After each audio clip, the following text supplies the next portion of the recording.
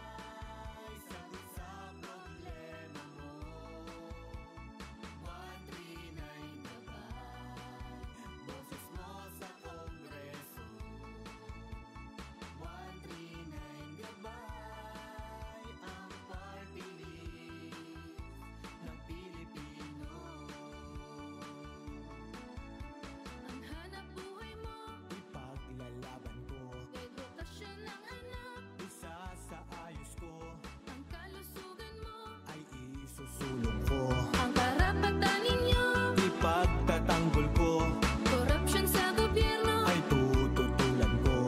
ang dami pang problema, Walang problema yan, dito na tayo sa 139 Gabay. Tara na!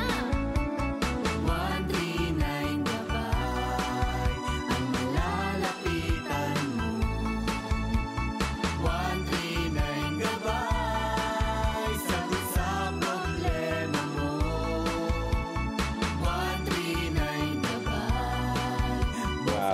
Nagpapatuloy pa rin ang proseso sa pag-apply, pero gaya ng sinabi ko, meron na po akong application. So okay, protektado na, no? At meron na akong karapatan na tinatawag na non-refoulement.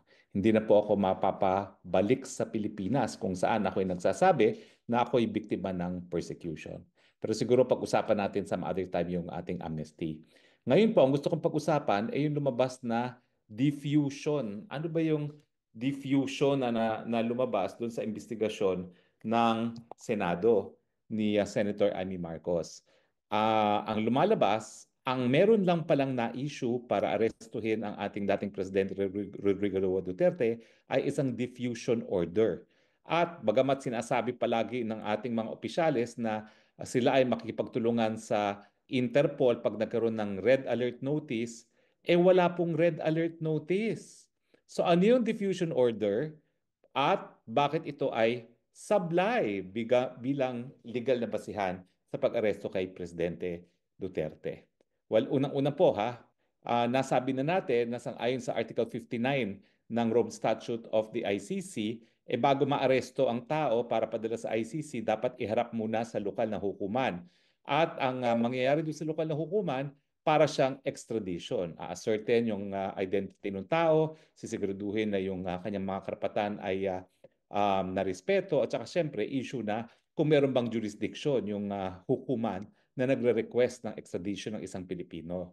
So anyway, ang sinasabi nila, Secretary Remulla, palagi nilang sinasabi, kinakailangan makipagtulungan pag merong red notice alert. Kalokohan po yun. Kasi malinaw naman po na ang red notice alert ay hindi siya international warrant of arrest. Yung pagpapatupad po ng red notice alert ay sang-ayon pa rin sa lokal na batas. At dahil sang-ayon nga sa Rome Statute na kinakailangang iharap siya sa hukuman, ang dahilan kaya kinakailangang iharap sa hukuman ay para masigurado na sang-ayon sa ating saligang batas na no person shall be deprived of life, liberty, or property without due process of law, na maririnig muna yung tao na aarestuhin. Lalong-lalo na kung siya ay merong pagtutol doon sa jurisdiksyon ng hukuman na maglilitis sa kanya o humihingi ng kanyang pagkatao. At alam naman natin sa mulat mula, sinasabi natin na wala ng jurisdiction ICC dahil tayo po'y bumitiw na at nagsimula yung preliminary investigation matapos or lampas na doon sa isang taon matapos tayo nag-deposit ng instrument of withdrawal. Ang nakapagtataka, bagamat paulit-ulit nilang sinasabi na tayo ay susunod at makikipag-cooperate para ipatupad ang red notice alert, wala palang red alert notice. Wala palang red alert notice. Now, ano ba pagkakaiba nitong sinasabi na red alert notice, no? At saka yung Interpol diffusion? Well, unang-una po, ang diffusion, bansa lang ang nagpapakalat niyan sa iba't ibang bansa. Ibig sabihin, nanggaling sa Pilipinas yung diffusion order. At yung diffusion order ay nakikiusap ang Pilipinas na arestuhin or at least i-facilitate yung pag-aresto para ma-extradite ang isang tao. Siguro kaya sila kumuha ng diffusion order, ang intensyon nila sa Hong Kong huhulihin. Pero kung ikaw ay merong diffusion notice, bakit mo na mapadadala sa sarili mo yan? Ikaw lang bilang isang bansa ang nakikiusap na kung mahahanap nyo itong taong ito sa jurisdiction ninyo, pakihuli lang at pakidala sa amin para siya ay ma-extradite. So malinaw po, hindi nanggaling mismo sa Interpol ang diffusion notice. Yan po ay nanggaling mismo sa gobyerno ng Pilipinas. Ibig sabihin, kung yan ay hiningi natin para hilingin sa Hong Kong na arestuhin si Presidente Marcos, well, naintindihan natin yun kasi nga wala namang jurisdiction ng Pilipinas sa Hong Kong. Pero kung yan ay galing mismo sa Pilipinas, para namang ulul yan. Alam mo namang i-request mong sarili mo na arestuhin. Ba't ka pa magre-request? Ikaw na nga magpapa-aresto. So binobola tayo ng mga administrasyon ng Marcos Jr. nung sinasabi nila na legal ang pag-arrest dahil ito ay diffusion notice. Uulitin ko po, parang ulul naman tayo na sasabihin natin sa ating sarili, sa bansang Pilipinas, sige nga, tulungan mo akong arestuhin. Ang ibig sabihin po niyan, Pilipinas lang talaga ang nagdesisyon na arestuhin ang presidente. Wala pong kinalaman ang Interpol, wala pong kinalaman ang International Criminal Court. Ganun pa man, ano naman ang pagkakaiba ng diffusion at saka yung red notice? Well, yung red notice kasi, Interpol mismo ang nag-i-issue niyan. Gets nyo? Ang diffusion, Pilipinas ang nag-issue na nakikiusap sa mga bansa, tulungan nyo kaming arestuhin si PRRD. Pero bakit mo gagamitin nga ang diffusion kung pag-aaresto sa Pilipinas mismo? Samantalang, ang red alert notice naman, galing sa Interpol at lahat ng miyembro ng Interpol ay pinakikiusapan, pwede ba pakiaresto preparatory sa extradition? Hindi po automatic yan kahit tayong parte ng daigdig. Kasi kinakailangan magkaroon ng proseso na masiguro na yung due process right ng nasasakdal ay may respeto. Kaya nga po, kapag ang proseso ay parang extradition, yung extradition hearing na yan ay para lang masigurado na yung due process right, yung karapatang madinig ng nasasakdal, kung meron na labag na karapatang pantao o kung ano man ang objection niya doon sa jurisdiction ng korteng liliti sa kanya, ay madesisyonan ng korte. Malinaw po. Pero walang nag-request na arestuhin ng presidente. Yan ay decision lamang ng Pilipinas. So wag na sana tayong malinlang bilang taong bayan na di umano sumusunod lang kami sa warrant of arrest ng ICC. Now, sabihin natin merong warrant of arrest. Hindi nga po automatic yung pagtutulungan ng mga bansa. Kaya nga po, ang nakahandang petition sana ay certiorari para mapigilan yung pagtutulungan ng mga Pilipino sa ICC. Pero sa punto pag-aresto po, wala pang kahit anong hiningi ang ICC. Sa katotohanan, nabulaga na lang sila at nandyan na ang pagkatao ni Presidente Rodrigo Roa Duterte sa dahig na hindi pa naman sila formal na humihingi ng kooperasyon ng Pilipinas. Ibig sabihin, talagang nais nilang tanggalin si Presidente Duterte bilang tinik sa kanilang plano na Marcos forever. Malinaw po yan at ngayon po, nagtagumpay sila. Pero pag-uusapan nga po, no, ngayong malinaw na wala namang request ang ICC na isurrender siya. Paano naman magkakaroon ng duty to cooperate kung hindi pa nagkaroon ng request? Di ba? Kakatawa naman yan. Ibig sabihin, binolunteer ng Pilipinas ang pagkatao ni Presidente Duterte, pero si Presidente Duterte hindi siya nag-voluntary surrender. Labag sa kanyang kalooban at kagustuhan ang pagpapadala sa kanya sa dahig. Walang voluntary surrender. Kaya nga tinatawag natin kidnapping ang nangyari. Di ba? Dahil kung yan ay dinaan sa tamang proseso, binigyan sana siya ng kanyang karapatan ng due process at yan nga ay sa harapan ng hukuman. Kaya lang, kung todo bola sila, di umano, sumusunod lang kami sa ating obligasyon sa tratado. Hello! Miski sa Interpol po, walang obligasyon na sumunod sa Interpol. Miski meron ng red notice alert. Bakit? Depende pa rin po yan sa lokal na batas. At ang ating lokal na batas, unang-una, ang saligang batas, no person shall be deprived of life, liberty, or property without due process of law. At yung proseso na susundin ay yung proseso ng deportation. Malinaw po yan, ha?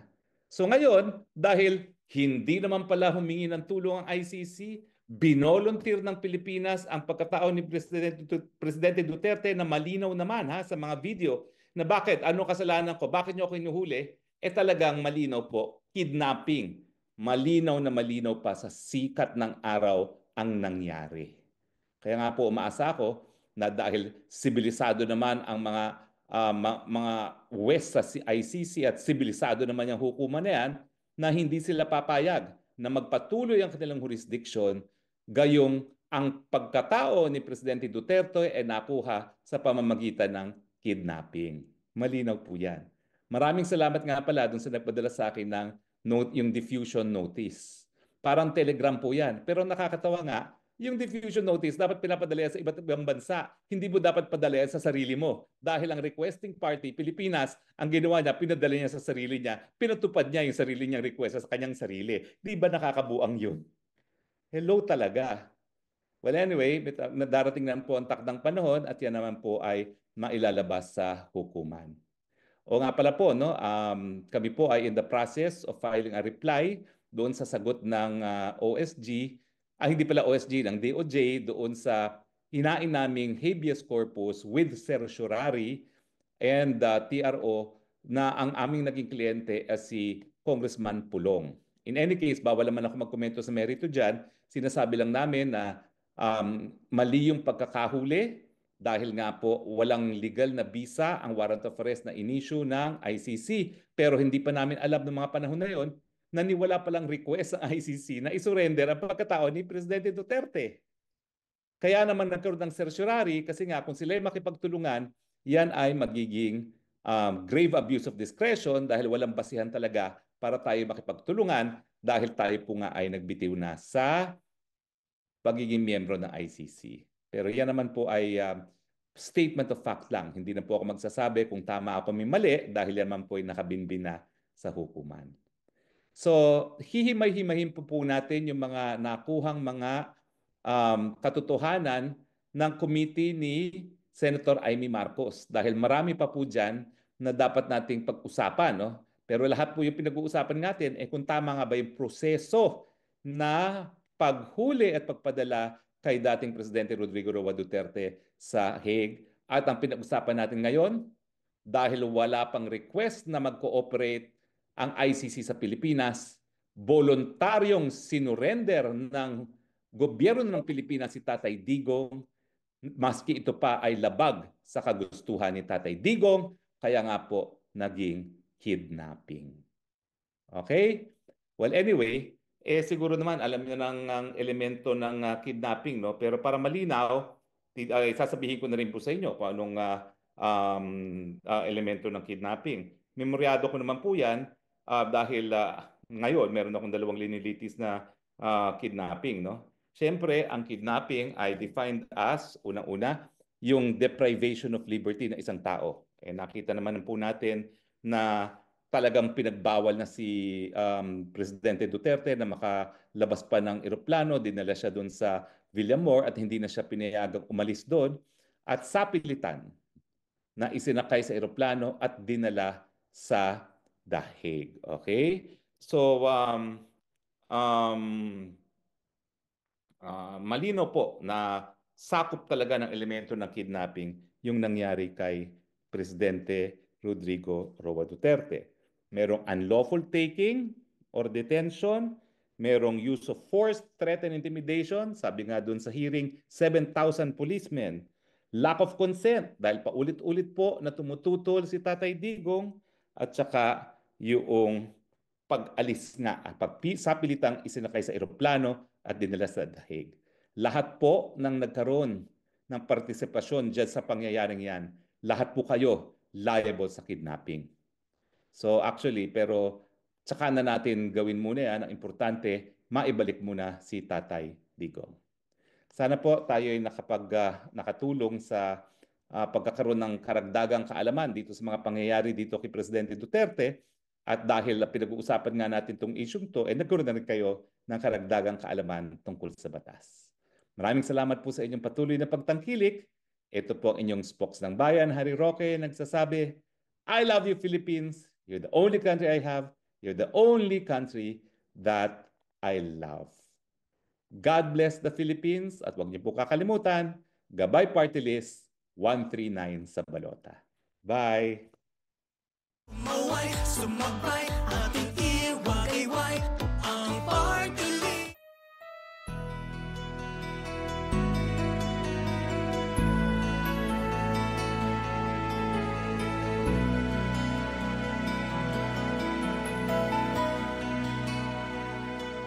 Kailanman hindi ka na mag-iisa. Laging asahan mo na may makakasama ka. Bawat sakit na madama, ako'y nangangako na tutulungan ka.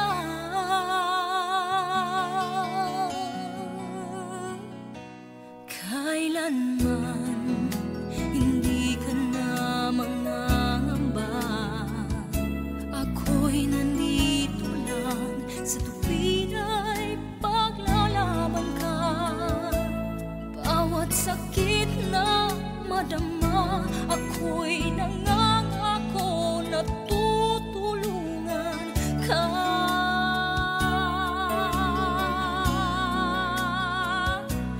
Abutin mo ang kamay na aakay sa'yo. Higpitan mo ang kapit, aahon tayo. Di ka na uling mangangamba, asahang may kasama ka. Bukas pagdating na umaga.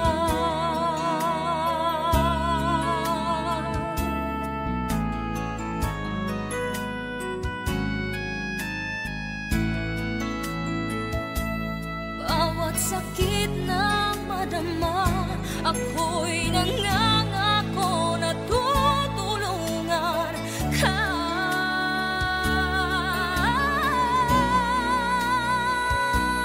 Abutin mo ang kamay na aakay sa'yo.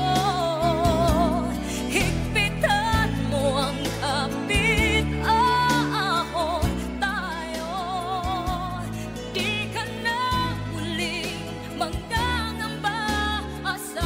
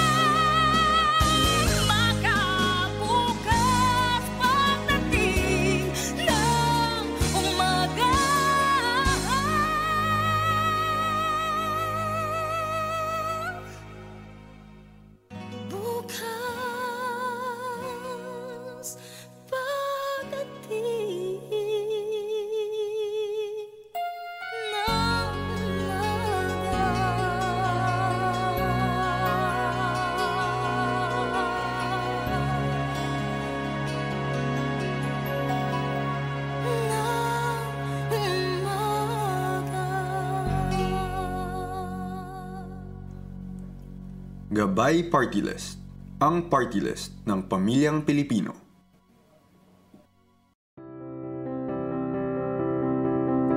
Kung anumang landas, ngayon nilalakbay. Ang iyong bukas ay may pag-asa sa tulong ni Gabay.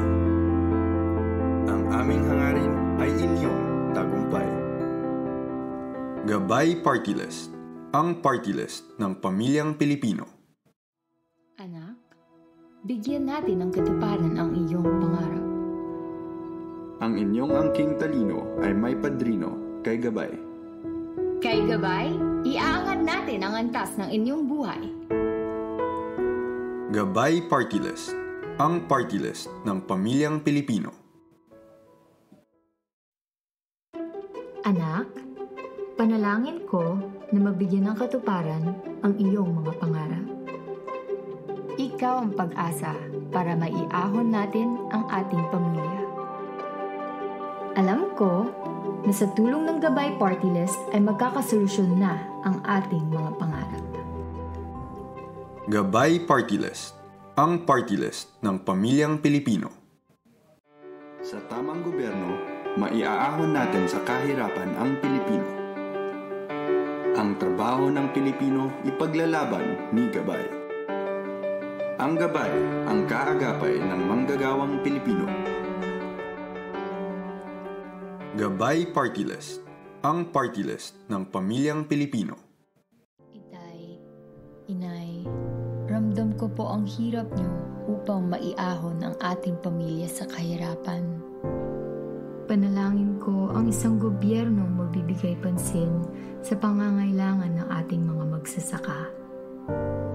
Ako'y naniniwala na sa tulong ng Gabay Party List ay uunlad din ang ating pamilya. Gabay Party List, ang party list ng pamilyang Pilipino.